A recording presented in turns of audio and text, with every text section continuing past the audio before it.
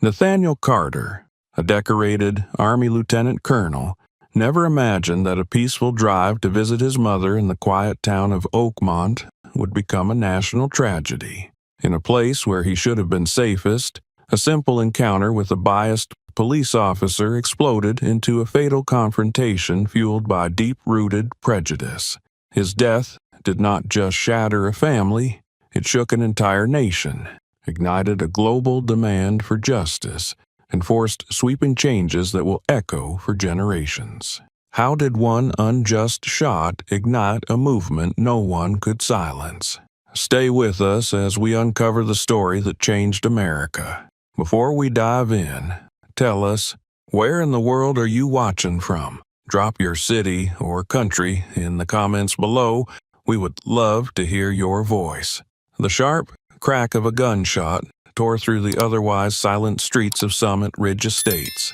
The late afternoon sun was dipping low, casting long shadows over the pristine asphalt. But in that instant, everything froze. Nathaniel Carter staggered backward, clutching his abdomen, his polished shoes scraping helplessly against the pavement. Blood seeped rapidly through his crisp, light blue shirt, soaking it in deep crimson. His right hand, trembling, still loosely held the cell phone he had tried to retrieve just moments before. His wide, disbelieving eyes locked onto the figure standing several feet away, the white police officer, his weapon still aimed, a thin trail of smoke drifting from the barrel. Without a sound, Carter crumpled. His knees hit the pavement first, then his entire body folded sideways onto the ground. The cell phone slipped from his grasp, clattering across the road until it came to rest near a street drain. Blood pooled beneath him, darkening the immaculate surface of the upscale neighborhood's perfect street. For a moment, time seemed suspended. Officer Derek Hansen remained frozen, his Glock still raised, his breathing shallow and rapid. His mind scrambled to process what had just happened. He had fired. He had shot a man. The satisfaction he had expected to feel was quickly replaced by a hollow, gnawing fear. He glanced nervously up and down the empty street as if hoping that perhaps no one had witnessed the moment that would soon unravel his entire world. But behind drawn curtains and slightly parted blinds, Summit Ridge residents had heard the noise. Within seconds, window shades were lifted. Curious, alarmed faces peered out from the safety of their million-dollar homes. A few gasps could be heard, muffled by glass, but no less real. Somewhere, a dog barked sharply, sensing the shift in the atmosphere. The first call to 911 came less than a minute after the shot. A woman's voice, high-pitched and trembling, reported that a man was down on Willow Lane. "There's blood," she whispered frantically. "A lot of blood. He's not moving." Another call quickly followed, then another. Panic, though still hidden behind manicured lawns and security gates, was taking root. Nathaniel Carter's chest heaved faintly, his body struggling against the inevitable. His training as a military officer had taught him resilience, but even that could not counteract the brutal trauma of a close-range gunshot wound. His breaths grew shorter, more ragged.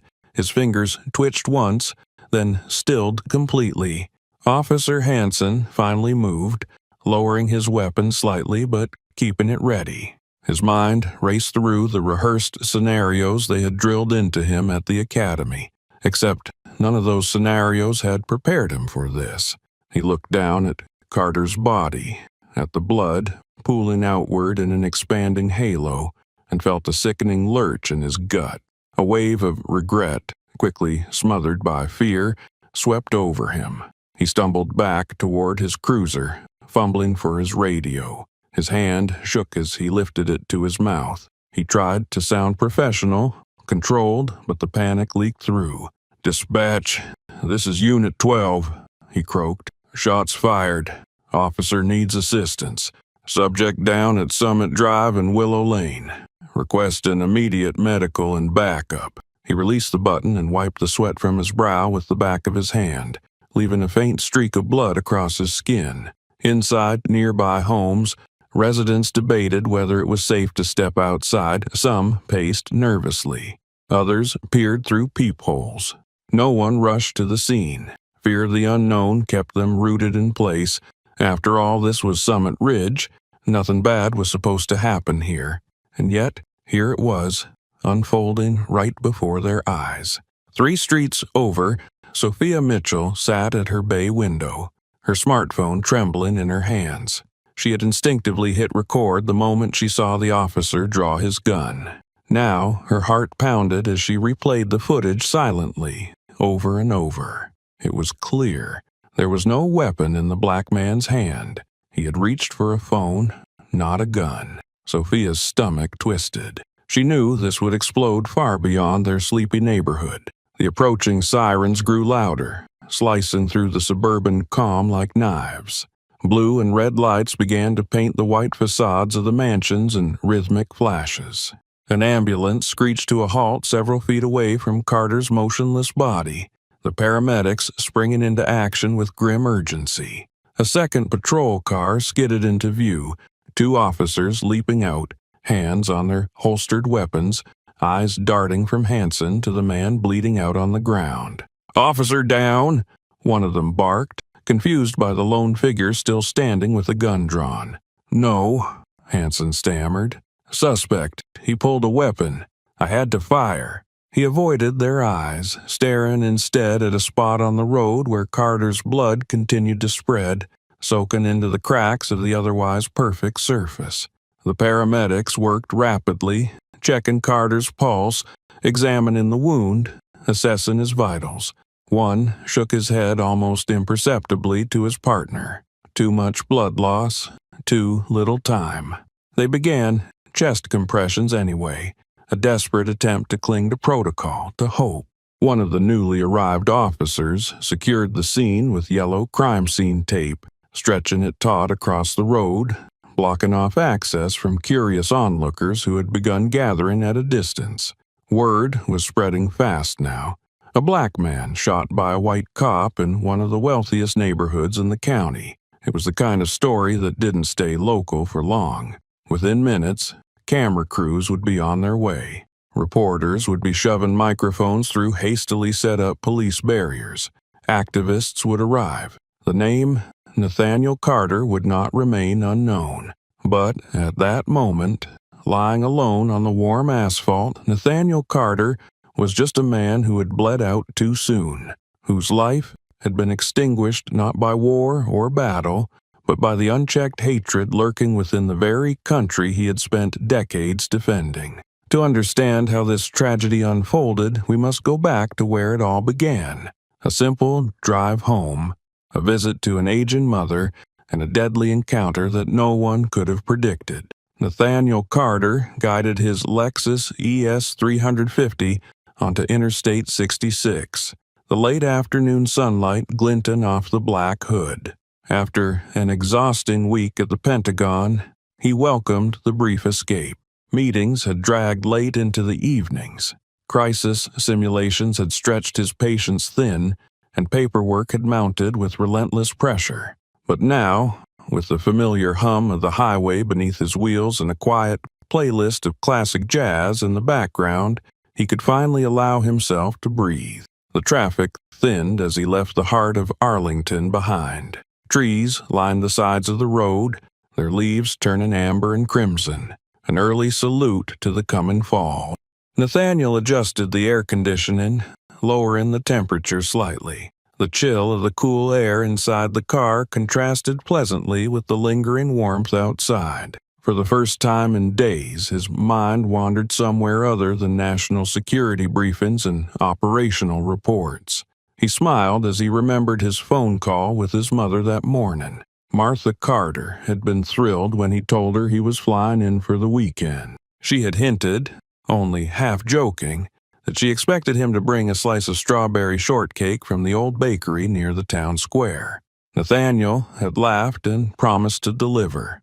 It was a simple tradition they had shared since his earliest postings overseas, a small way of holding on to normalcy amid the chaos of his assignments. Exiting the interstate, he made a short detour into town, easing the Lexus onto the slower streets where brick sidewalks and small storefronts gave the area a quaint, almost timeless feel. The bakery was still there, tucked between a florist and a coffee shop, its windows decorated with handwritten signs advertising seasonal pies and cakes. Nathaniel parked in a side lot, taking a moment to stretch his legs before heading inside. The warm scent of vanilla and fresh bread enveloped him the instant he opened the door. A young woman behind the counter greeted him with a cheerful smile. Nathaniel quickly placed his order, waiting as she boxed up a generous slice of the bright pink cake. The familiarity of the place was comforting, almost soothing. Here, he was just another customer, not a lieutenant colonel, not a public servant carrying the weight of national defense on his shoulders. Box in hand, he returned to his car, carefully setting the cake on the passenger seat. He paused briefly, looking at the small town around him, the neat shops, the tidy sidewalks, the polite nods from strangers. For a fleeting moment, he imagined a life far removed from the corridors of Washington, from the endless demands and sacrifices of military service. A simpler life, perhaps, though he knew deep down that duty had long ago claimed him for good. Setting aside the thought, Nathaniel resumed his journey. The GPS directed him back toward Summit Ridge Estates, the affluent gated community where his mother had lived alone since his father's passing 3 years earlier. The Lexus moved smoothly through the suburban arteries, each turn taking him deeper into neighborhoods where wealth was quietly displayed in manicured lawns and towering trees imported for their symmetry. He passed rows of homes, each grander than the last, each separated from the world by high hedges and ornate gates. It was a sanctuary of privilege, a place where safety was presumed and appearances mattered. Nathaniel knew that some people here still whispered about outsiders, but he had never given it much thought. His mother loved her home, and that was enough for him. Slowing at the familiar white brick entrance to Summit Ridge, Nathaniel gave a polite nod to the security guard stationed at the booth. The young man waved him through without incident, recognizing him immediately. Beyond the gates, the roads narrowed and twisted gently through clusters of elegant estates. Here, the noise of the outside world faded entirely, replaced by the soft rustle of leaves and the distant sound of sprinklers ticking across green lawns. He checked his speed, keeping precisely to the 25-mile-per-hour limit posted along the curving streets. No need to draw unnecessary attention. Nathaniel had traveled this road dozens of times, and he treated it with the same discipline he applied to every other aspect of his life. Up ahead, the final turn would lead him down Oak Lane, where his mother's white-columned home waited with its wide porch and the comfortable creak of its wooden swing. He glanced at the cake box on the seat beside him, smiling faintly. The thought of seeing Martha's face light up as he handed her the treat lifted his spirits in a way few things could. The sun dipped lower, casting golden light across the perfectly paved roads and manicured hedges. It was, by all appearances, the very picture of American suburban tranquility. Nathaniel had no way of knowing that just beyond the next bend, another set of eyes had fixed upon him. Eyes that did not see a devoted son returning home, but something far more sinister in their narrow, prejudiced view. But the wheels of fate were already in motion, and his careful, disciplined life was about to collide violently with an uglier reality. The Lexus purred forward, the final stretch lying peacefully ahead, unaware that on the opposite side of the road, Officer Derek Hansen had just pulled out of a side street, his gaze narrowing as he spotted the unfamiliar vehicle. But the story of what happened next was not about traffic violations or neighborhood vigilance. It was about suspicion bred from hate and a tragedy that would ripple far beyond these pristine streets. Because the moment Nathaniel Carter entered Summit Ridge Estates, an act of racial profiling set in motion a chain of events that no amount of discipline, caution, or reason could prevent. But the instant Carter entered that wealthy enclave, a biased gaze had already locked on to him, sealing his fate long before he even realized he was being watched. Officer Derek Hansen steered his patrol SUV slowly through the inner streets of Summit Ridge Estates, his left hand draped lazily over the wheel, his right resting near the holster on his hip. It was late in the afternoon, and the sun's descent washed the neighborhood in muted gold. The air was still, the only movement the gentle sway of tree branches over the clean, empty sidewalks. Patrols through Summit Ridge were normally uneventful. Minor complaints about noise or unfamiliar delivery trucks were the most action he encountered here, and Hansen liked it that way. It gave him time to think, to observe. His gaze swept idly over the immaculate lawns and high-end vehicles parked in expansive driveways. Summit Ridge was predictable, a fortress of wealth and privilege that rarely tolerated surprises. When Hansen noticed the black Lexus ES 350 gliding down the opposite lane, his entire demeanor sharpened. The vehicle was sleek, polished, out of place. He caught a glimpse of the driver as they passed, a black man alone, focused on the road ahead. Immediately, Hansen's instincts prickled. It was not that there was anything illegal about the car or the driver's behavior. The man was driving well within the speed limit, signaling at every turn, fully adhering to every traffic regulation. Yet, none of that mattered. Hansen's gut, conditioned over years of prejudice disguised as professional instinct, screamed that something was off. Without a second thought, Hansen slammed the SUV into a tight U-turn, the tires kicking up dust from the perfectly maintained road. He gripped the steering wheel harder, his eyes locked onto the Lexus as it continued its smooth, careful progress through the neighborhood. Hansen flicked on the red and blue flashers mounted atop his vehicle. The swirling lights burst to life, reflecting off the manicured hedges and the glossy surfaces of nearby cars. He punched the siren once, a sharp, brief wail intended not just to alert the driver, but to announce his authority to anyone within earshot.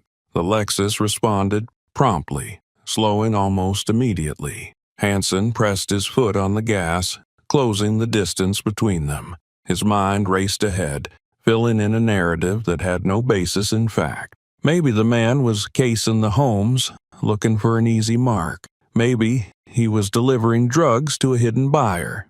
Maybe he was armed.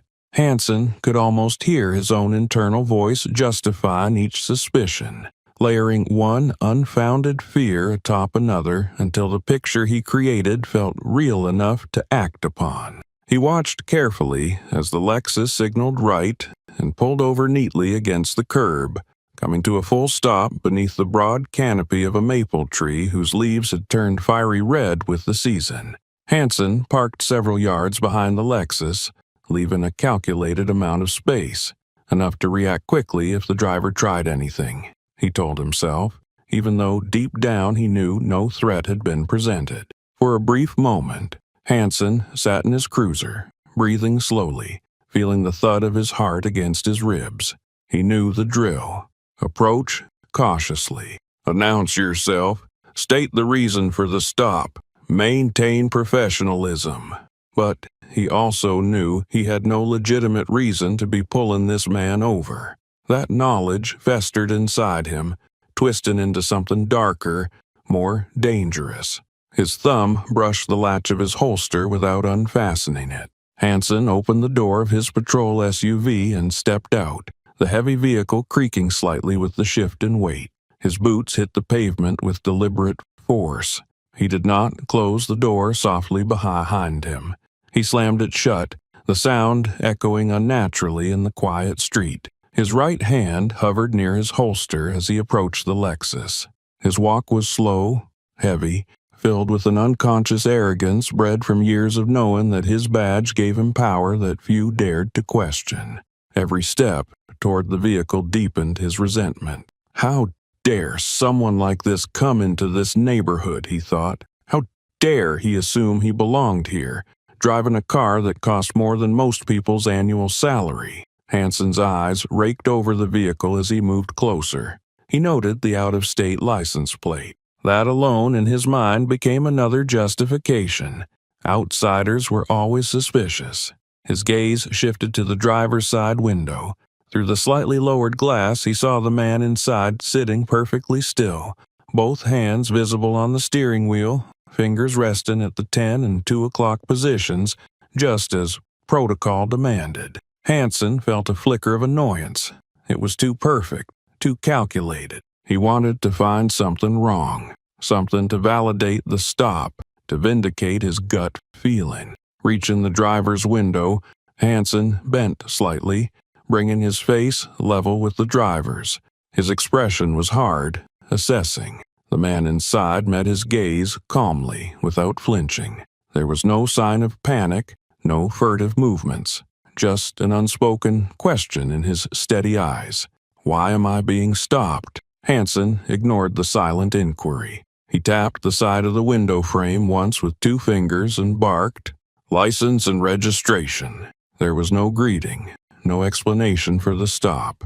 The words were clipped, brusque, delivered with the kind of authority that brooked no argument. The driver, maintaining his composure, nodded slightly and reached, slowly, deliberately, toward the glove compartment. Hanson stiffened automatically, though there was no suddenness, no threat in the motion. The man retrieved a brown leather wallet and a neatly organized folder of documents, offering them through the narrow opening of the window. Hanson snatched them from his hand without thanks. He flipped through the paperwork mechanically, barely registering the name Nathaniel Carter, the Virginia address, the valid insurance card. None of it mattered. In Hanson's mind, the offense had already been committed. Existence in the wrong place with the wrong skin color. Hanson handed the documents back with a sneer, his mind already building confrontational narratives, preparing to escalate under the flimsiest pretexts. Though Nathaniel Carter followed every rule to the letter, hatred had already begun to seep into every step Hanson took forward. Nathaniel Carter sat perfectly still beneath the wide canopy of the aging maple tree, its golden leaves whispering faintly in the stagnant afternoon air. He kept both hands visible on the steering wheel, aware of the tension radiating from the officer standing inches from his window. Derek Hanson leaned in closer, the deep creases of suspicion etched permanently into his sun-weathered face. Without any introduction or justification for the stop, Hanson's mouth twisted into a sneer. "What are you doing here?" he barked, his voice low but sharp, slicing through the stillness of the suburban street. Carter responded with calm restraint, his tone measured. "Good afternoon, officer. Is there a problem?" Hanson's eyes narrowed, his gaze darting up and down Carter's frame with undisguised disdain. He took in the neatly pressed collared shirt, the quiet confidence in Carter's posture, and it seemed to agitate him further. "You know damn well what the problem is," Hanson snapped. "This is Summit Ridge, not a place for you to be roaming around." The emphasis on the word "you" was unmistakable, heavy with the weight of an unspoken accusation that needed no further elaboration. Carter's jaw tightened imperceptibly, but his hands remained steady on the wheel. Years of military service had conditioned him to remain composed under provocation, to assess rather than react. He knew instinctively that any wrong move, any spark of visible anger, could escalate the situation dangerously. Hanson shifted his stance, squaring his shoulders as he stared Carter down. "License and registration. Now," he ordered again, his tone sharper, as if Carter's simple presence was already an act of defiance. Carter moved slowly, narrating his actions in a steady voice. "I am reaching into my glove compartment to retrieve the documents, officer." Hanson did not acknowledge the words, but his hand hovered near his holster, ready for violence at the slightest perceived threat. Carter opened the glove box with deliberate care, extracted a slim leather wallet, and pulled out the necessary cards. He extended them through the narrow opening of the window with the cautious grace of a man who understood the stakes were far higher than a traffic citation. Hansen snatched the documents from Carter's hand, flipping them open with visible impatience. He barely glanced at the information before tossing them back through the window, the ID card landing haphazardly on Carter's lap. "Nathaniel Carter," Hansen read aloud with mock emphasis. "From Virginia. Long way from home, huh?" Carter met his gaze calmly, saying nothing, refusing to rise to the bait. Hansen stepped back slightly, giving himself more space to escalate. "What's your business here?" he demanded. "You casing houses? Looking to make some quick cash?" The insinuations dripped from his mouth like venom, each word more pointed and hostile than the last. Carter inhaled slowly through his nose, forcing himself to remain silent, to not react. He knew that logic and respect would find no purchase here. Hansen continued, undeterred by Carter's silence. "You don't belong here. You think you can just cruise into a neighborhood like this because you got a fancy car? That makes you somebody?" His voice rose slightly, filled with a bitter kind of challenge. Carter, still keeping his hands on the wheel, responded evenly. "Officer, I'm here to visit my mother. She lives at 14 Oak Lane, just 2 blocks from here. I have done nothing wrong." Hansen barked a harsh laugh, short and humorless. "Your mother, huh? Sure she does." He leaned closer again, his face now just inches from the opening in the window. "Maybe you thought nobody would notice. Maybe you thought you could just blend in." The accusation hung heavily in the air, irrational and ugly. Carter gripped the steering wheel tighter, feeling the pulse of anger rise in his chest, but he clamped it down with iron control. Reacting emotionally would only confirm whatever twisted narrative Hansen was already spinning in his head. Hansen smirked, sensing the restrained fury simmering beneath Carter's composed exterior. "Bet you got a whole story ready, don't you? Good job, big house, right? Probably even have a degree to wave around." His sarcasm was sharp, deliberate, intended to belittle. Carter's lips pressed into a thin line, refusing to give the man the satisfaction of a response. The silence between them thickened, charged with hostility. Hansen's voice dropped to a near whisper, menacing in its quietness. "Let me tell you something. People like you're not fooling anyone around here. We know who belongs and who doesn't." He straightened up then, stepping back from the vehicle, but the tension remained thick, palpable. Carter closed his eyes briefly, steadying his breathing. He thought of his mother waiting expectantly at home, of the cake now slowly warming on the passenger seat, of all the years he had worn the uniform of his country, believing that duty and honor still held weight. Opening his eyes, he looked directly at Hansen, calm and resolute. "Officer," he said, his voice carrying the quiet authority of command, "I have provided you with everything you requested. Unless you have further lawful reason to detain me, I would like to be on my way." The boldness in Carter's statement was not lost on Hansen. His lips curled into a sneer, his face coloring with anger. A long, ugly moment stretched between them. Then, without answering, Hansen banged his palm hard against the roof of the Lexus, the sudden noise startling in the silent street. "Stay right there," he growled. "We're not done." As Hansen stalked back toward his patrol vehicle, muttering under his breath, Nathaniel Carter sat motionless, the wheels of decision spinning rapidly in his mind. But the military discipline and self-respect carved into his soul would not let him stay silent against such blatant injustice much longer. Nathaniel Carter sat behind the wheel, the autumn wind whispering against the windows of the Lexus, carrying with it a chill that seeped into the stillness of the street. His hands remained firmly on the steering wheel, but his mind was already racing through the possibilities ahead. The officer's hostility was no longer subtle. It was a living thing, breathing between them, growing heavier with every passing second. Carter tightened his grip slightly, feeling the familiar instinct for order and discipline rise within him. His military training had taught him the importance of standing firm against intimidation, refusing to cower before bullies who hid behind a badge or a uniform. Across the narrow stretch of pavement, Officer Hanson leaned against the hood of his patrol car, arms crossed, watching Carter with the disdain of a man looking at a problem he could not yet legally erase. The officer's posture was rigid, his jaw clenched tight, his boots tapping impatiently against the asphalt. Carter knew what was coming. He had seen this progression before, in other places under different uniforms. An escalation not driven by justice or necessity, but by ego and prejudice. Through the open window, Hanson's voice rang out, sharp and commanding. "Step out of the vehicle, now." Carter kept his tone measured. "Officer, I have complied with all of your requests. I have provided my license, registration, and insurance. I have explained my presence.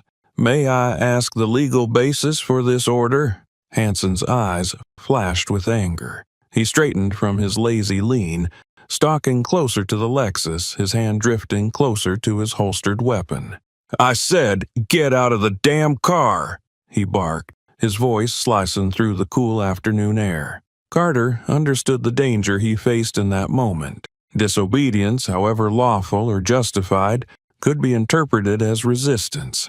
Compliance might not guarantee his safety, but defiance would almost certainly ensure his suffering. Every instinct screamed caution, yet every fiber of his being recoiled at the thought of submitting to such blatant injustice. Carter moved slowly, deliberately. "I am unbuckling my seatbelt," he announced, ensuring that his actions were clear, visible, and non-threatening. His fingers worked steadily at the buckle, releasing the strap with a soft click. He placed his left hand back on the steering wheel, then slowly reached for the door handle with his right. The metal was cool against his palm. He cracked the door open just a few inches, then pushed it wider, stepping out into the crisp air. Carter rose to his full height, his posture straight and composed, the presence of a soldier emanating from every line of his body. He closed the door behind him softly, resisting the urge to slam it and give voice to the anger burning just beneath his calm surface. Standing beside the Lexus, he faced Officer Hanson directly. He kept his arms relaxed at his sides, his hands open and empty, showing no signs of aggression. The two men stood just feet apart, the gulf between them filled with tension so thick it felt almost tangible. Hanson looked at Carter with pure contempt, his lips curling into a sneer. He stepped closer, invading Carter's personal space, his badge glinting dully in the fading light. The wind picked up slightly, rustling the leaves overhead, but neither man moved. Gay Carter met Hanson's glare without flinching, refusing to shrink away, refusing to surrender the dignity he had spent a lifetime cultivating. "So," Hanson said, his voice low and mocking, "you think you are better than the rest of us, huh?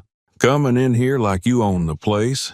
Carter did not answer. He knew there was nothing he could say that would penetrate the wall of hatred before him. Words would not diffuse this confrontation. Silence, perhaps, was his only shield. Hanson smirked, misinterpreting Carter's silence as weakness. He stepped even closer, their faces now separated by barely a foot. Carter smelled the faint traces of stale coffee and chewing tobacco on the officer's breath. The physical proximity was a deliberate tactic designed to provoke fear or anger, to create an excuse for violence. Carter's muscles tensed reflexively, but he forced them to relax, to remain loose and non-threatening. He remembered every lesson drilled into him over the years. De-escalate, control your breathing, control your body, project calm. Yet even as he fought to remain still, he could see the glint of satisfaction in Hanson's eyes, the hunger for dominance barely contained. A few yards away, unnoticed by either man, the cell phone on the passenger seat of the Lexus buzzed softly with an incoming call. Carter's mother, no doubt wondering where he was. The sound seemed distant, almost surreal, in the electric silence between him and Hansen. The officer finally took a step back, his gaze raking over Carter's figure once more, searching for any excuse to act. He gestured broadly with one hand. "Move away from the car," he ordered. "Now." Carter complied, taking 2 slow steps back, placing himself squarely in the open, exposed and vulnerable. He stood tall, his heart pounding steadily in his chest, his face composed but alert. He would not cower. He would not plead. He would not give this man the satisfaction of breaking him. For a fleeting moment, Carter thought he saw a flash of uncertainty cross Hansen's face, a hesitation too brief to fully register. But it was gone in an instant, replaced by the same cold hostility. The street remained deserted, the perfect stillness of the neighborhood masking the storm that was quietly building between them. Nathaniel Carter had stepped out of his vehicle not in defeat, but in silent defiance, standing his ground with the quiet courage of a man who refused to be diminished. A single step onto the cold pavement had placed him directly into the path of a tempest he could no longer avoid. One step out of the car, but one step closer to a bloody fate. The fading sun stretched long shadows across Summit Ridge as the sky burned orange and red above the silent rooftops. Nathaniel Carter stood motionless a few steps from his Lexus, his silhouette outlined against the fiery horizon. Derek Hansen paced in front of him, the officer's boots scraping the pavement, his entire demeanor coiled tight with hostility. His hand hovered near his holstered weapon, tapping the grip repeatedly with restless fingers. His face, flushed from anger, twisted into a mask of contempt as he closed the distance between them once more. Hansen stopped inches from Carter, his voice dropping into a venomous sneer. "I do not care who you think you are," he spat. "You are nothing here. You do not belong here. You never will." The words, crude and deliberate, hung in the cool evening air, ugly and corrosive. Carter, breathing steadily through his nose, kept his voice calm and measured. "Officer, I'm going to record this interaction for my own protection," he said, making sure each word was clear and audible. Slowly, he reached toward the inside of his jacket where his phone was tucked. His movements were deliberate, telegraphed, cautious beyond measure. But to Hansen, who was already lost to rational thought, it was enough. Time seemed to fracture in that instant. Hansen's hand snapped to his Glock, yanking it from the holster in a single, brutal motion. His finger tightened on the trigger without hesitation, driven by rage, by fear, by a festering hatred he no longer cared to hide. There was no shout of warning, no command to halt, no attempt to assess the reality of the situation, only the crack of the gun breaking the twilight calm. The bullet struck Carter in the abdomen with devastating force. His body recoiled violently from the impact, the air driven from his lungs in a sharp gasp. He staggered backward, the phone slipping from his fingers and clattering onto the pavement. Carter's face twisted with shock and pain as he clutched at his stomach, blood already staining his shirt in a spreading, darkening patch. He dropped to his knees, the strength draining from his legs, then collapsed fully onto the road. His breathing came in shallow, desperate gasps, each one weaker than the last. Hansen stood over him, weapon still raised, the barrel smoking faintly in the cooling air. For a moment, neither man moved. The world seemed to hold its breath. Carter's hand twitched once, reaching instinctively toward the dropped phone, but it was a gesture born of reflex, not strategy. His eyes, wide and disbelieving, locked onto Hansen, searching for something, reason, remorse, humanity, but finding only a void. Hansen blinked, the enormity of his actions beginning to bleed through the haze of adrenaline. His arm slowly lowered, the gun dipping toward the ground as a sickened realization crept into his mind. Yet still, he did not move to help. He did not call out. He did not even step forward. He simply stood there, rooted in place, watching the life ebb from the man he had just shot. The quiet street absorbed the unfolding tragedy without protest. The maple trees swayed gently above the scene, their golden leaves drifting downward like muted applause for a performance no one had asked to witness. Blood pooled around Carter's body, soaking into the cracks in the pavement, a vivid red against the clean, polished road. In the distance, a dog barked sharply, the sound carrying eerily through the stillness. Carter's chest heaved once more, a shallow, desperate gasp, then fell still. His open eyes stared up at the sky, unseeing. His fingers, once steady and strong, now lay limp against the asphalt. Officer Hansen finally took a step back, his boots crunching on the grit of the road. His face, pale and sweaty, betrayed a flicker of something close to fear. He glanced around the empty street as if expecting to find an audience he could not yet see. His mind raced to construct the justification he would need, the story he would tell, the pieces he would twist to make himself the victim. But deep down, in the pit of his gut, he knew the truth was too simple to escape. Nathaniel Carter had reached for a phone, not a weapon, not a threat, a phone, and for that, he had paid the ultimate price. Hansen forced himself to move toward his patrol vehicle, each step feeling heavier than the last. He fumbled with the radio on his shoulder, his voice cracking as he transmitted the call. "Shots fired," he stammered. "Officer involved, shooting, suspect down. Requesting backup and medical assistance at Summit Drive." He released the button, his hand shaking visibly. He wiped his forehead with the back of his sleeve, smearing a faint line of sweat and grime across his skin. Behind him, Nathaniel Carter's body lay silent, surrounded by a widening halo of blood. A scene so brutally wrong it seemed almost unreal against the quiet affluence of Summit Ridge.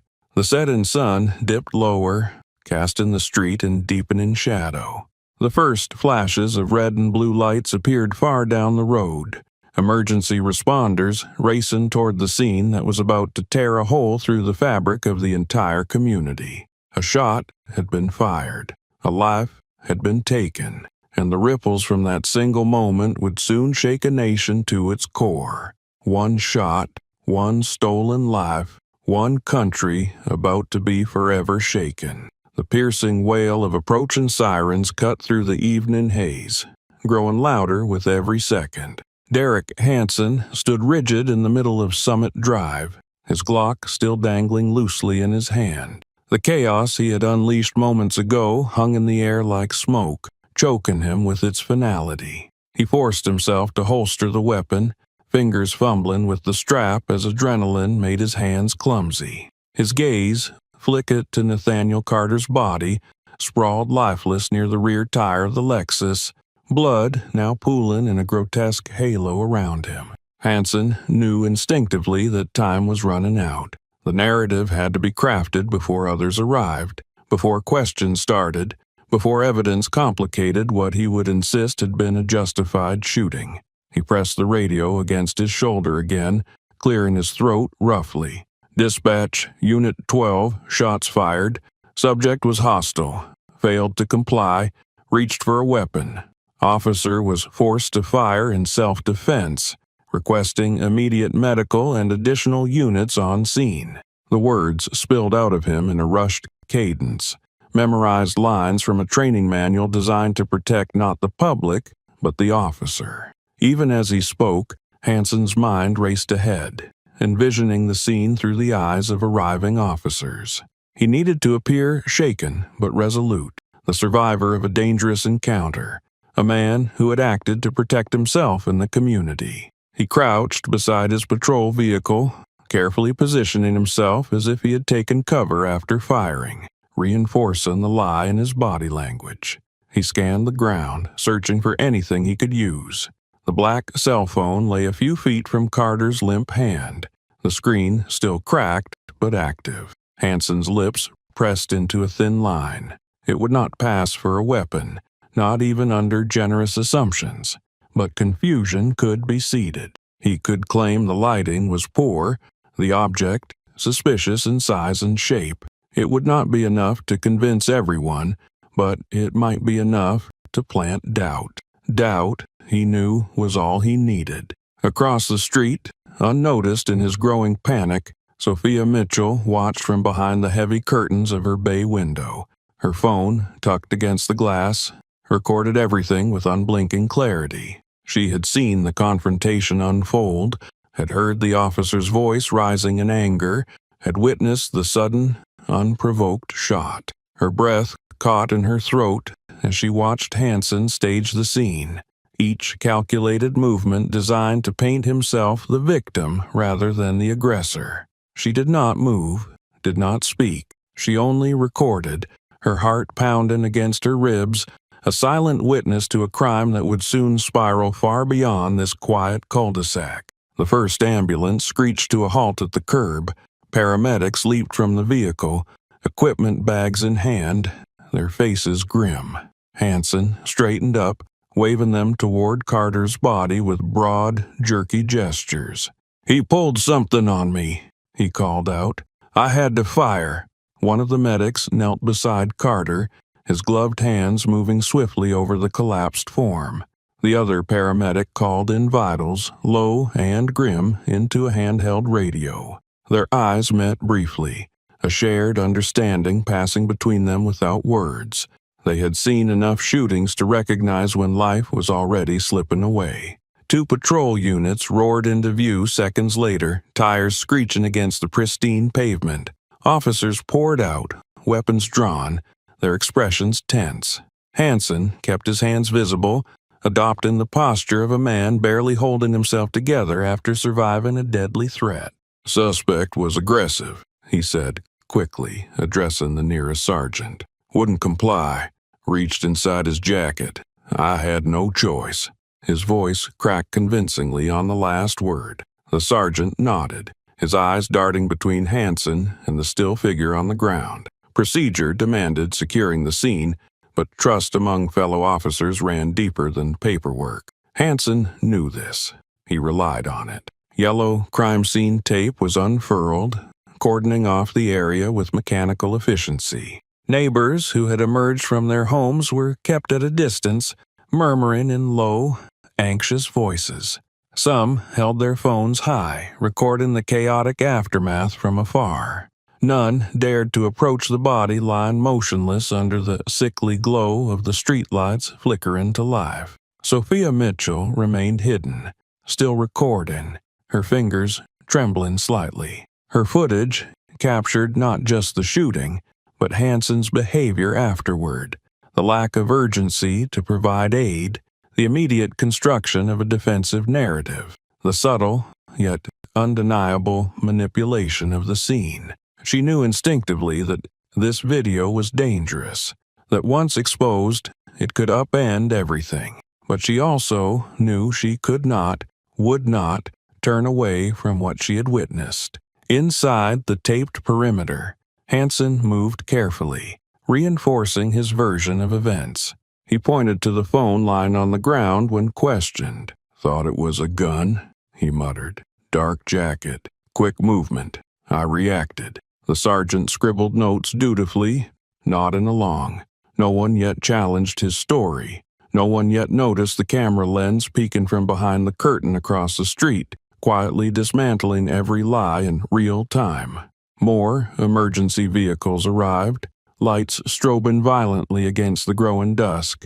The Oakmont Police Department's crime scene unit began unloading equipment, photographers snapping pictures of the bloodied pavement, the Lexus, the crumpled figure that once was Nathaniel Carter. But no photograph could capture the truth already safely tucked into the memory of Sophia Mitchell's phone. Hansen moved back toward his patrol car, leaning heavily against the door as if overcome by the magnitude of the incident. He closed his eyes for effect, painting the image of a man racked by necessary violence, a reluctant participant in tragedy. Yet, behind his closed eyelids, fear bloomed, a festering dread that the pieces might not hold together as neatly as he needed. He had rehearsed every line, every action, but the lingering tremor in his gut warned him it might not be enough. The first detectives from Internal Affairs would arrive soon. They would ask questions, demand answers. And while he could fabricate details, while he could manipulate perceptions, he could not erase the existence of witnesses he did not yet know about. As Hansen silently rehearsed his defense, oblivious to the quiet threat lurking across the street, the camera in Sophia Mitchell's hands captured every movement, every lie, every calculated mistake. While Hansen crafted his story, the truth was already being recorded by a silent witness. The cold light from the camera flashes strobed against the pavement, washing the scene in a sterile, clinical glare. Sergeant Carlos Ramirez moved methodically through the taped-off perimeter, his latex-gloved hands steady as he documented every element of the scene. He had been called in quickly after the shooting, part of standard protocol for an officer-involved incident. But even as he crouched near the body, lying motionless beside the black Lexus, something about this situation set his instincts on edge. Ramirez had seen shootings before. He had seen victims collapsed in blood, heard the rehearsed words of shaken officers. But the energy here was different. The tension clinging to the air was not just fear or confusion. It was heavier, tighter, almost like the moment before a storm. He bent low over Nathaniel Carter's body, carefully checking for identifying information. The paramedics had already confirmed there was no sign of life, and the medical examiner's team had not yet arrived, leaving Ramirez to perform the first assessment. He patted down the pockets with gentle precision, working systematically from top to bottom. From the back pocket of Carter's trousers, he retrieved a thick, worn wallet. Ramirez stepped back toward his own vehicle, away from the frantic activity around the patrol cars and the ambulance. He flipped open the wallet under the beam of his flashlight, shielding it with his body to keep the contents protected. Several neatly organized credit cards spilled out, all bearing the same name, Nathaniel A. Carter. The address listed was Alexandria, Virginia. Ramirez noted that automatically, but paused when he turned to the identification section, tucked neatly behind a transparent plastic sleeve. His breath caught. Behind the Virginia driver's license was another card, one whose weight and meaning he recognized immediately. It was a military identification card. Ramirez's fingers froze for a second before he forced himself to move again, pulling the ID free and examining it under the light. The crisp lettering left no room for doubt.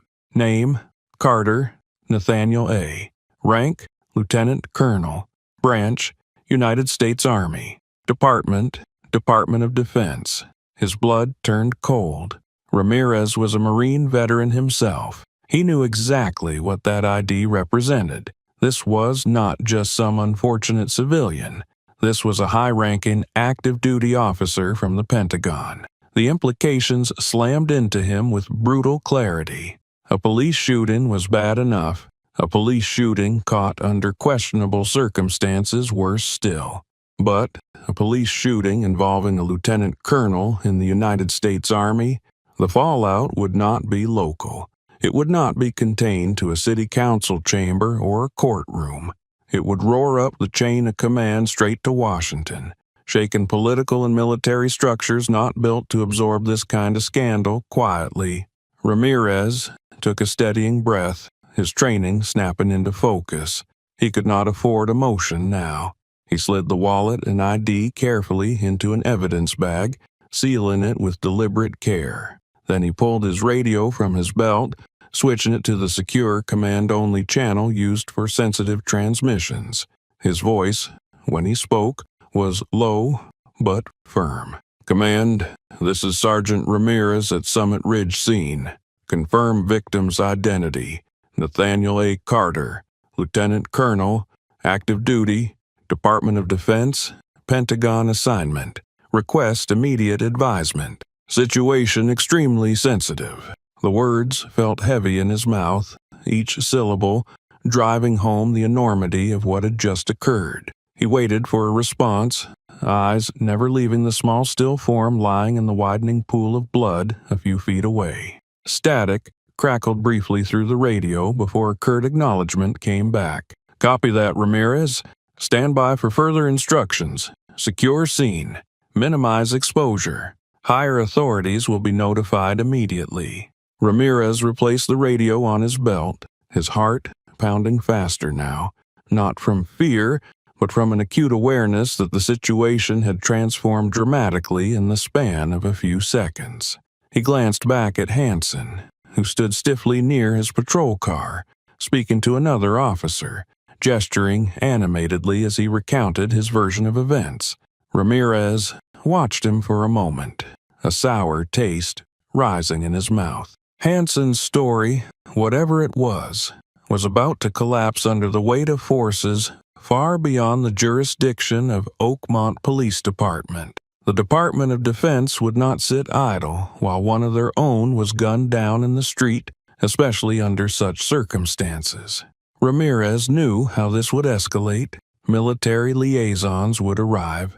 Investigators from the Army Criminal Investigation Command would descend on the scene. News outlets would pick up the scent within hours, if not sooner. And once Carter's identity was made public, the scrutiny would be relentless, the anger fierce and unrelenting.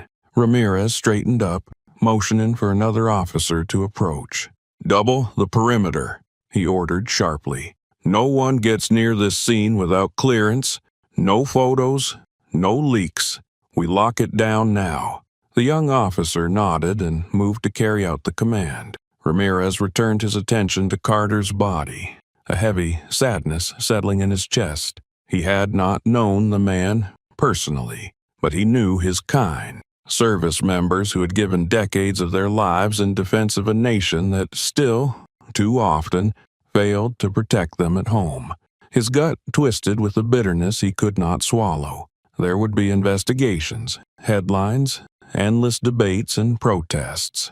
But none of it would change the simple, brutal fact that Nathaniel Carter's life had ended here, on this spotless street, under the indifferent eyes of a man who had seen only a threat instead of a fellow citizen, a fellow protector of the country. Ramirez turned away finally, moving to brief the incoming detectives.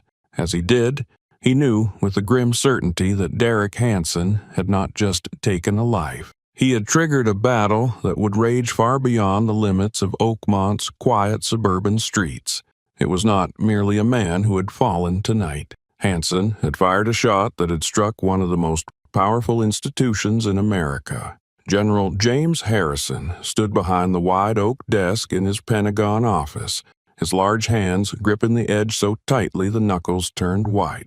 The faint hum of fluorescent lights overhead did nothing to dull the raw fury simmering beneath his usually implacable surface. His office, typically a space of deliberate calm and strategic calculation, now pulsed with tension. Before him, a classified incident report lay open, stark black letters spelling out the unthinkable. Lieutenant Colonel Nathaniel Carter, gunned down in a civilian neighborhood under circumstances already raising red flags at every level of military command. Harrison had spent more than 4 decades serving his country, through wars and peacetime, through political upheavals and national crises. He had buried soldiers, delivered folded flags to grieving families, and steeled himself against every personal loss required by duty. But this was something different. This was an assault not just on an individual, but on the very institution he had dedicated his life to protecting. He jabbed a finger against the intercom on his desk, barking out a terse command. "Get me Secretary Lewis, now." As the aide scrambled to comply, Harrison stalked across the room to the massive window overlooking the Potomac River, his reflection ghosting against the glass. The fading light of evening smeared the skyline into indistinct shadows, fitting the dark turn the day had taken. He turned back as the line clicked live. "Secretary," Harrison said, wasting no time on pleasantries, "we have a situation that demands immediate and aggressive intervention." His voice was clipped, every word packed with controlled fury. Over the next 5 minutes, he outlined the bare facts, emphasizing Carter's rank, his clean service record, his role within sensitive Pentagon operations. He did not need to embellish the gravity of the event. The implications were clear. A decorated officer executed without cause on American soil by a local authority figure who had clearly failed to recognize or respect what that uniform represented. "This cannot be treated as just another incident," Harrison finished, his tone brooking no argument. "We move now, and we move decisively." The Secretary of Defense agreed without hesitation. Within the hour, formal inquiries were dispatched to the Department of Justice, demanding federal oversight of the investigation. Direct lines buzzed between the Pentagon, the state governor's office, and senior congressional leaders. Generals, who rarely left their own spheres of influence, placed personal calls to mayors, police commissioners, and attorneys general, their carefully modulated voices carrying unmistakable undertones of command. Summons were issued to key members of the Oakmont Town Council, who found themselves abruptly pulled into conference calls with officials they had previously only seen on news broadcasts. Statements were prepared, legal teams assembled, and quiet but unmistakable signals were sent to the Department of Homeland Security to monitor the situation for wider unrest. General Harrison drafted his own internal memo, classified but intended for strategic leaking, framing the incident as a direct affront to national military honor and institutional integrity. The phrasing was meticulous, designed to ignite outrage within the ranks while maintaining a facade of professional decorum. In carefully chosen words, he reminded every branch of service that if a lieutenant colonel could be gunned down without cause, then no uniform was truly safe. Beneath the surface of every action lay a deeper strategic calculus. Harrison knew that this was not just about one officer's death. It was about the message such a death sent, both to America's enemies abroad and to its fractured society at home. Silence was not an option. Inaction was unthinkable. The military's image as a bulwark of national strength and justice was at stake. As he finalized his communications, Harrison's mind moved 2 steps ahead. He authorized the deployment of a Pentagon liaison team to Oakmont, composed of legal advisors, public relations specialists, and internal affairs experts. Their mission would be clear: monitor the civilian investigation, apply maximum pressure for transparency, and ensure that no local authority could quietly bury the truth. At the same time, trusted reporters at major national outlets were briefed off the record, ensuring that Carter's identity and his military service would dominate headlines by morning. No opportunity would be missed to frame the narrative as a gross miscarriage of justice demanding national attention. Harrison knew the risks. There would be accusations of political interference, of military overreach. There would be pushback from factions eager to defend the officer involved, eager to paint Carter's death as an unfortunate but isolated tragedy. He was prepared for all of it. He welcomed it, because every hour that passed without decisive action risked losing the initiative and losing the nation's trust. Pacing back to his desk, Harrison checked the clock. Late, but not too late. He keyed in a direct number, bypassing layers of protocol, and spoke to the chairman of the Joint Chiefs of Staff. "We need full institutional backing," Harrison said simply. "Every flag officer, every department head. I want this to be a matter of principle, not politics." The chairman agreed. Meetings were scheduled, statements drafted. Even in the dead of night, the Pentagon moved with a cold, relentless efficiency that belied the emotion simmering beneath the surface. Harrison finally sank into the leather chair behind his desk, his mind racing through contingencies and next steps. He thought of Nathaniel Carter's family, who by now must have received the terrible news. He thought of Carter's soldiers, who would awaken tomorrow to a world where their commander had been struck down not on a battlefield but in his own country, by one of his own countrymen. He thought of every young man and woman who wore the uniform, who needed to believe that their service meant something greater than blind vulnerability to hatred and ignorance. Harrison clenched his fists again, jaw tight with unspoken rage. Oakmont would not silence this. Oakmont would not bury Carter's memory beneath layers of bureaucracy and excuses. The Pentagon would see to that. The wheels of power were turning now, faster and heavier than Oakmont could ever imagine. But the real storm was not confined to the offices of the mighty. It was about to erupt on every street, in every home, on every glowing screen. Because the real storm was not just gathering, it was about to explode across the entire nation. Sophia Mitchell sat at her kitchen table, the soft glow of her laptop screen illuminating her tense face. Her fingers hovered over the keyboard for a long moment before she finally made her decision. She transferred the video from her phone, compressed the file, and uploaded it onto a private server, adding only a single sentence to accompany it. This is what really happened in Summit Ridge tonight. With a final, steady breath, she hit the button to share. The ripple effect was instantaneous. Within minutes, the video exploded across social media platforms. It first appeared in the small activist circles, shared cautiously by users who demanded verification. But the footage spoke for itself. There was no ambiguity, no possibility of misunderstanding. The camera angle was perfect, capturing Derek Hanson's aggressive approach, his demeaning language, Nathaniel Carter's calm and lawful compliance bone, and the abrupt, unjustified gunshot that ended a life. Every detail was crystal clear, undeniable. The hashtag started small but multiplied at a staggering pace. Why, Justice for Nathaniel appeared alongside Summit Ridge shooting and Protect Our Soldiers. By the end of the first hour, hashtag Justice for Nathaniel was trending #1 nationwide. News outlets scrambled to verify the footage, but it was already too late to contain the narrative. Millions had seen it. Millions were already reacting. Comment sections filled with outrage, disbelief, and sorrow. Tweets poured in from every corner of the country. Civil rights organizations posted statements condemning the shooting within hours.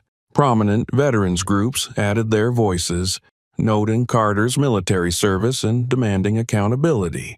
Celebrities retweeted the video with furious captions, lending their massive audiences to the growing roar of anger. Within 4 hours, major news networks had picked up the story. Clips from Sophia's footage aired repeatedly, edited for clarity, but leaving the brutal truth intact. Pundits debated the implications on live panels, their faces grim as they discussed racial profiling, abuse of authority, and the wider consequences of Carter's death. Petitions demanding the immediate suspension and prosecution of Officer Derek Hanson gained hundreds of thousands of signatures within the first afternoon. Protesters began to gather outside Oakmont Police Department headquarters by early evening, candles flickering against hastily made signs reading, "Justice for Lieutenant Carter," and "Accountability Now." In the comments beneath Sophia's original post, users from every state promised to march, to call elected officials, to refuse silence. Video clips from other angles began surfacing. Security footage from a nearby home that had captured the sound of the gunshot. Shaky cell phone footage from a neighbor across the street who had recorded the aftermath. Each piece of evidence aligned perfectly with Sophia's original recording, reinforcing the truth and demolishing the official statement the Oakmont Police Department had hurriedly issued hours earlier, which vaguely referenced a struggle and a possible threat. The internet refused to be placated. Memes circulated depicting Carter in his Army uniform, juxtaposed against stills of Hanson's sneering face. The contrast was brutal and effective. TikTok videos broke down the footage frame by frame, analysts pointing out how Carter had posed no threat at any moment. Instagram flooded with black and white images of Carter captioned with his military rank, his years of service, and the simple demand for justice. Hashtags like #VeteransForCarter and #Black Lives Still Matter surged to the top of trending lists. Influencers who typically avoided political topics posted heartfelt messages of solidarity, while activists who had long fought systemic injustice saw their audiences swell overnight. Live streams from the protests outside Oakmont City Hall drew tens of thousands of viewers. Chanting crowds demanded transparency, demanded arrests, demanded change. Politicians who had once been cautious issued rapid statements supporting an independent investigation, eager not to be caught on the wrong side of a swelling national movement. In private chat rooms and activist networks, organizers coordinated larger demonstrations. Plans were set for marches not just in Oakmont, but in major cities across the country. The slogan, "March for Nathaniel," took root, promising massive rallies within days. Meanwhile, media pressure escalated to suffocating levels. Journalists camped outside the Oakmont Police Department, shouting questions at every uniformed officer who stepped outside. Press vans lined the normally pristine streets of Summit Ridge. Their satellite dishes pointed skyward. Local officials, caught completely off guard by the speed and intensity of the public reaction, huddled in emergency meetings, their faces pale under the harsh lighting of television cameras. The mayor of Oakmont, initially silent, was forced to call a press conference to address the surging fury. Flanked by police leadership and visibly shaken, she promised a full and impartial investigation, but her words fell flat against the raw footage seared into the nation's memory. By midnight, the President of the United States posted a solemn message acknowledging Carter's death, calling for a thorough inquiry and offering condolences to his family. Military leadership followed, issuing statements of grief and demanding justice for their fallen officer. International media picked up the story by morning, headlines flashing across screens in Europe, Asia, and beyond. U.S. Army officer shot dead by police in racially charged incident. The world was watching, and the pressure on Oakmont intensified with every passing minute. Sophia Mitchell sat in her darkened living room, her phone buzzing nonstop with messages of thanks, offers of protection, interview requests, and even threats. She ignored them all for now. She knew the risks, but she also knew the truth had to be seen, had to be heard. As she watched footage of protests growing larger by the hour, she realized that her small act of courage had helped ignite something far bigger than herself. The anger, the grief, the demand for change, they were not going away. Not this time. Not when the evidence was so clear, so irrefutable. The tide was turning, and the forces arrayed to suppress the truth found themselves overwhelmed by a flood of public outrage too massive to contain. The people had spoken, and they would not be silenced. The national demand for justice was now undeniable, roaring across every platform, every city, every heart. The pressure from across the country forced the local government into a corner from which there would be no easy escape. Inside the sterile walls of the Oakmont Internal Affairs Division, the fluorescent lights buzzed faintly, casting a harsh, unforgiving glow over the long wooden table where Isabella Monroe sat reviewing the preliminary evidence. She had been appointed special prosecutor on the case just days earlier, a decision made under enormous public pressure as protests continued swelling outside City Hall. Monroe was not known for caution or diplomacy. Her reputation had been forged through high-profile prosecutions, a relentless demand for evidence, and a refusal to bow to political expediency.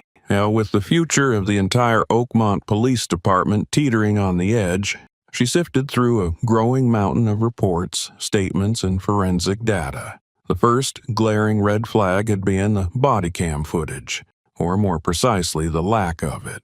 Officer Derek Hansen's body cam had been active when he pulled over Nathaniel Carter, but sometime between stepping out of his patrol car and firing his weapon, the recording had stopped. The official report blamed a technical malfunction, but Monroe's forensic team had already determined the device had been manually turned off. It was a violation of department policy, a violation so egregious it immediately undermined any claim of procedural correctness.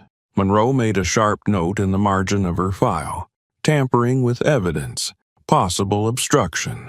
A few hours after the video from Sophia Mitchell had surfaced, additional evidence had poured in from all directions.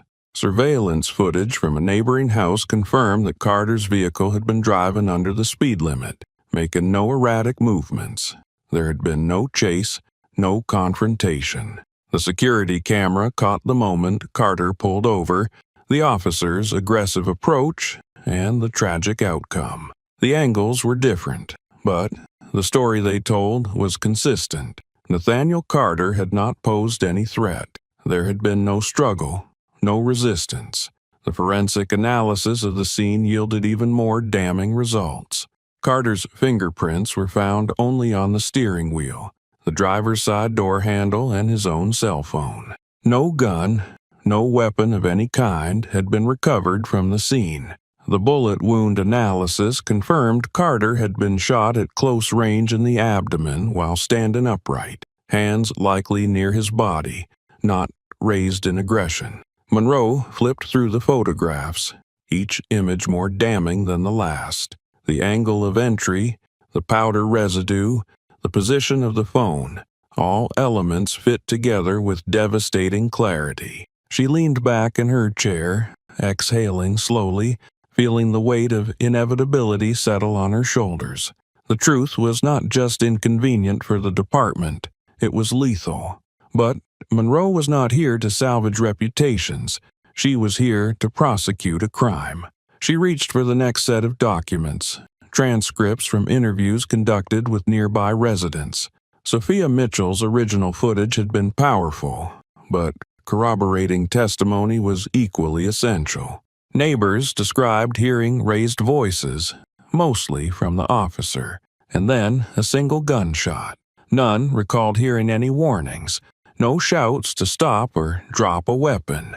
Just an escalation that moved from shouting to gunfire in a blink. Monroe highlighted key portions of the statements, marking them for presentation to the grand jury. The tipping point came with the sworn affidavit from Sophia Mitchell herself. In clear, concise language, she detailed what she had seen through her window: the calm demeanor of Carter, the officer's increasingly aggressive behavior, the absence of any threat or resistance. She had recorded the events not as an activist, but as a neighbor, compelled by instinct to document what she sensed was about to go terribly wrong. With this testimony, backed by physical evidence, Monroe could see the path forward. Hansen's narrative of self-defense crumbled under even the lightest scrutiny. His decision to deactivate his body cam, his fabrication of threats that never existed, and his immediate construction of a false report painted a picture of a man who had relied on old habits of impunity, unaware that this time the world had been watching. Monroe turned her attention to the internal disciplinary records her team had unearthed. Hansen's file was littered with prior complaints, use of force incidents, citizen accusations of racial profiling, verbal abuse. None had resulted in serious consequences. Each had been dismissed with warnings or light reprimands. The pattern was unmistakable and damning. Monroe's pen moved steadily across the legal pad beside her. Build the timeline, secure the testimony, assemble the forensic evidence, nail down the motive through his history of misconduct. She would present a case so airtight that no defense attorney could wedge doubt into it. The walls of the Internal Affairs Office vibrated faintly with the chants of protesters outside. Their cries for justice were not just noise. They were the pulse of a nation unwilling to let this case dissolve into another footnote of injustice. Monroe felt a grim satisfaction knowing that the evidence she had in hand would carry the truth past the stone walls of bureaucracy. She stood and gathered the files into a neat stack, her decision already made. Hansen would be indicted. The charges would not be mild, not softened by the usual institutional instincts to protect their own. This was first-degree murder, pure and simple. There was no justification, no accidental misunderstanding. Nathaniel Carter had been murdered under color of law, and the law would now strike back. As Monroe walked toward the press room to prepare her statement, the chanting outside grew louder, echoing off the glass and concrete, reverberating inside her chest. It was not just the voice of a single city. It was a collective roar from every corner of the nation demanding that for once the system uphold its own ideals.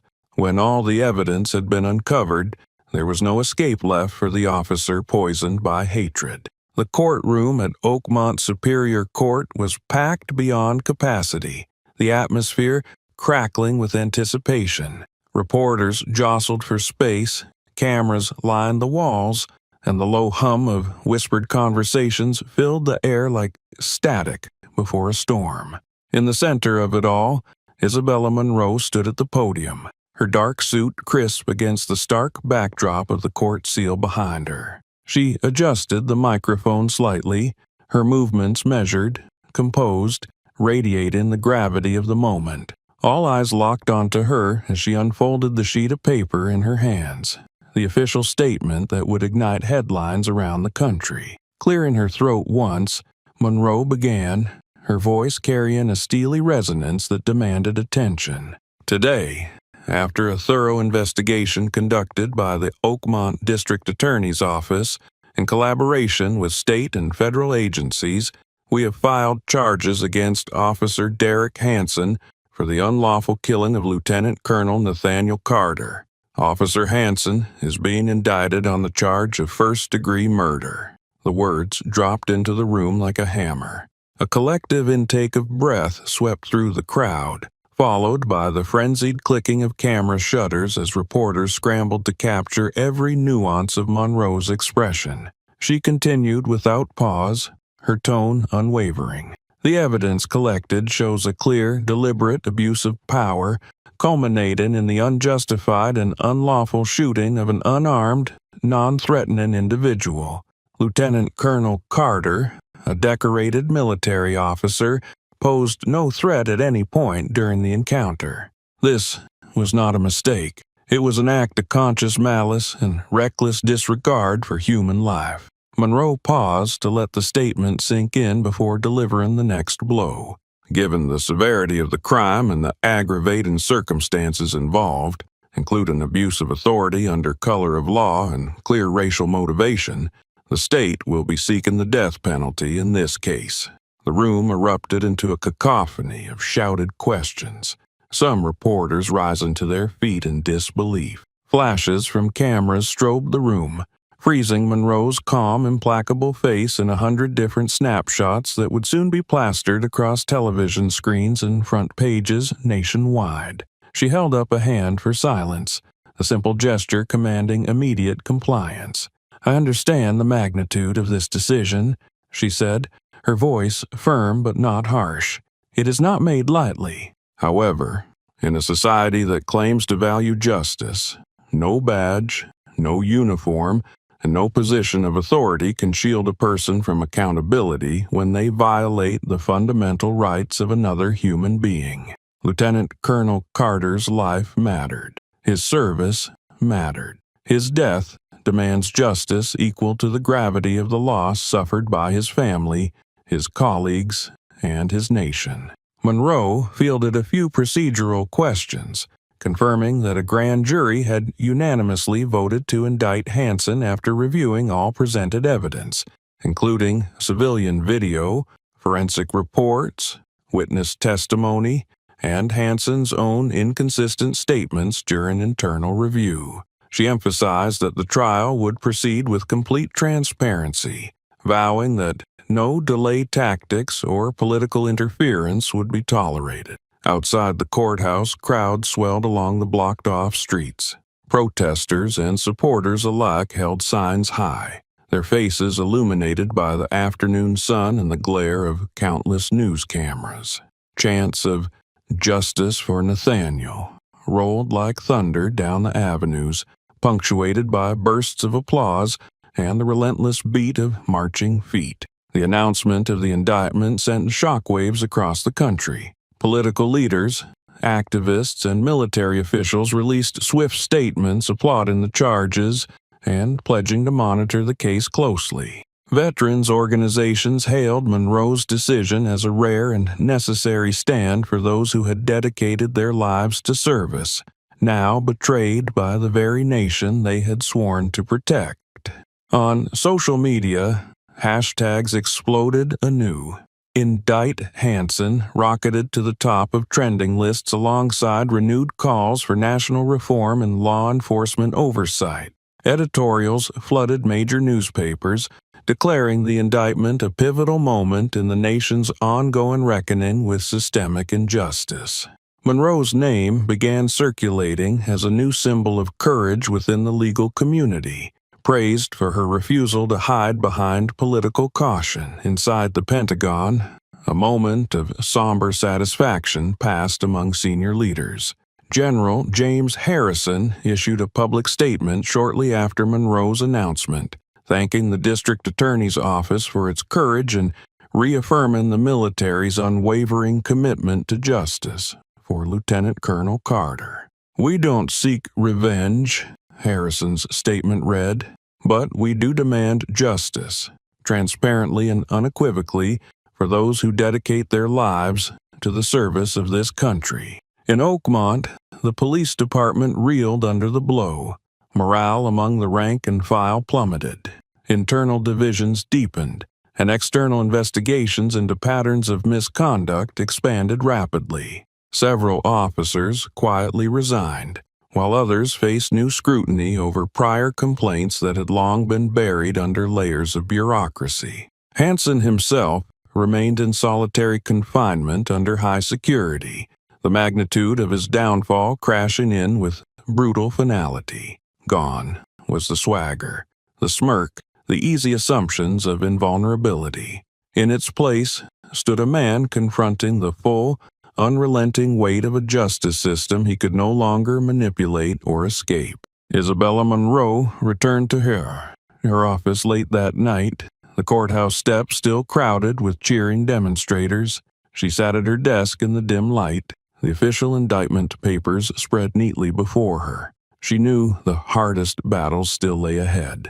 A trial would bring its own storms, motions to suppress evidence, attempts to sway public opinion, relentless attacks on Carter's character from desperate defense attorneys. The road to true justice was rarely straight, never easy. But as Monroe reviewed the facts once more, her resolve only hardened. Derek Hansen would answer for what he had done, and no amount of noise or maneuvering would obscure the truth. Across the country, millions watched and waited, their faith in the system hanging precariously in the balance. The first blow had landed, shaken the foundations of silence and impunity. But the fight for justice had only just begun. The path forward would demand even fiercer battles still to come. Inside the Oakmont Superior Court, the atmosphere was electric as the final stages of Derek Hansen's trial unfolded. Rows of uniformed military personnel filled the seats behind the prosecution table, their presence a silent, immovable testament to the weight of the moment. Eleanor Carter sat at the center of the front row, flanked by her two children, her face pale but resolute. The prosecution's final presentation was devastating in its precision. Isabella Monroe replayed the video footage, the audio of Nathaniel Carter's calm, measured words clashing violently with Hansen's escalating aggression. Witnesses testified to the sequence of events, forensic experts dismantled the defense's claims, and every shred of evidence pointed to a deliberate, unjustified killing. Monroe's closing argument cut through the courtroom with the weight of a blade. She spoke not just of law, but of betrayal, of a man who had served his country only to be struck down on his own soil. When Eleanor Carter took the stand for her final statement, her voice trembled but never broke. She spoke of the man she loved, the life stolen from him, and the future forever altered for their family. As she finished, a deep, echoing silence filled the room, every soul inside feeling the gravity of her pain. As Monroe rested the case, the judge gave final instructions to the jury, and the nation collectively held its breath. When the 12 jurors filed back into the courtroom hours later, every movement seemed amplified, every breath audible. The foreman, a woman with silver hair and steady eyes, rose to deliver the verdict. The courtroom froze as the clerk asked the standard question. "On the charge of first-degree murder, how do you find the defendant?" The foreman's voice was clear and unwavering. "Guilty." A gasp rippled through the room. Eleanor Carter buried her face into her son's shoulder and finally wept openly, the dam of silent suffering breaking in front of the nation. Her daughter clutched her other hand tightly, the family enveloped in a moment of raw, aching release. Hansen sat motionless at the defense table, his face ashen, the reality of his fate finally sinking into the space where arrogance and hatred had once ruled. Cameras outside the courthouse captured scenes of jubilation, mourning, and vindication as crowds cheered, cried, and embraced strangers under banners demanding justice. But even as the gavel struck and the verdict was recorded, an undercurrent of tension remained. The question loomed heavy in the air. Would this be enough to close the wound? The sentencing phase commenced days later, under the same intense scrutiny that had defined every stage of the trial.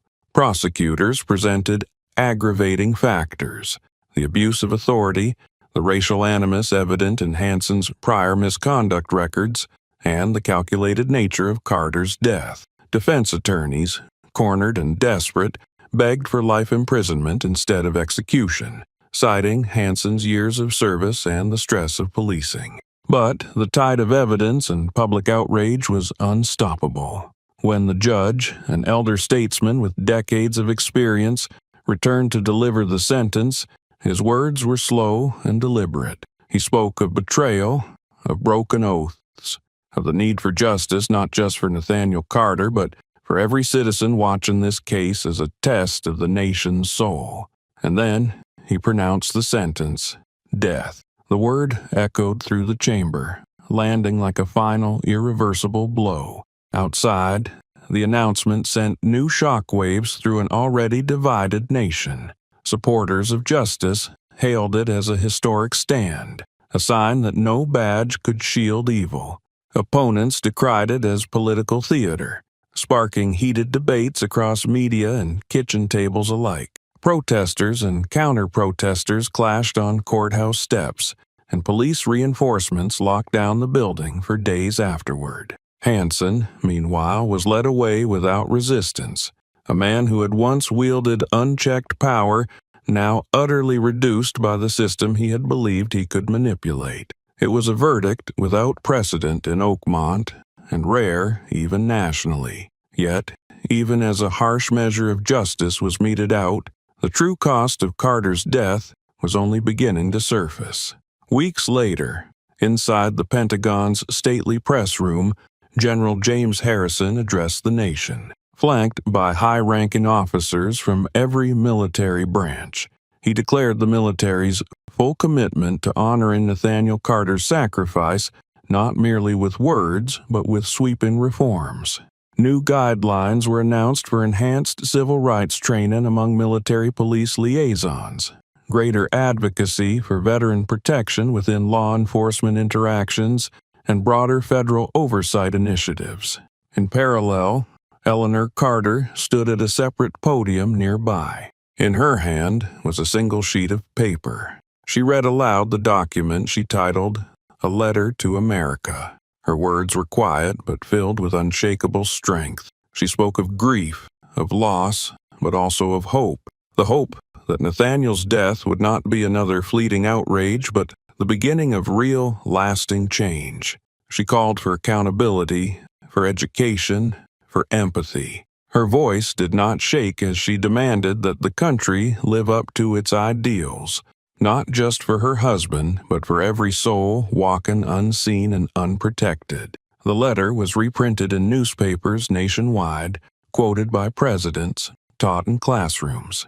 Out of the tragedy, new life emerged. Congress passed the Carter Act, a sweeping federal reform bill mandating stricter body cam regulations, independent investigations for officer-involved shootings, and mandatory civil rights retraining for all local law enforcement agencies receiving federal funds.